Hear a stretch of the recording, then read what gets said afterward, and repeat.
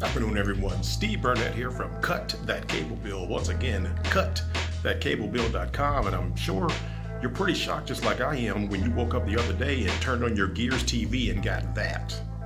Absolutely nothing. That's right, Gears TV is gone, ladies and gentlemen. And if you haven't heard the story from the horse's mouth, the actual owner of the IPTV service, Gears TV, did a video. It is absolutely amazing to see what this man accomplished in less than 3 years.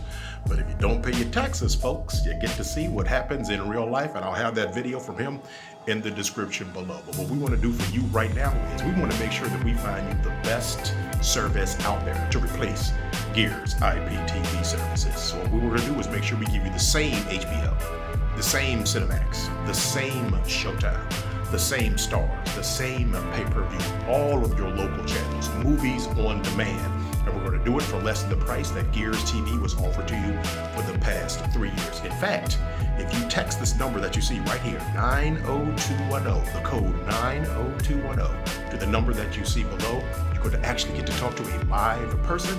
And just for sending that code to us, we're going to give you a free movie app for life, even if you decide not to use our service, but I guarantee you probably will.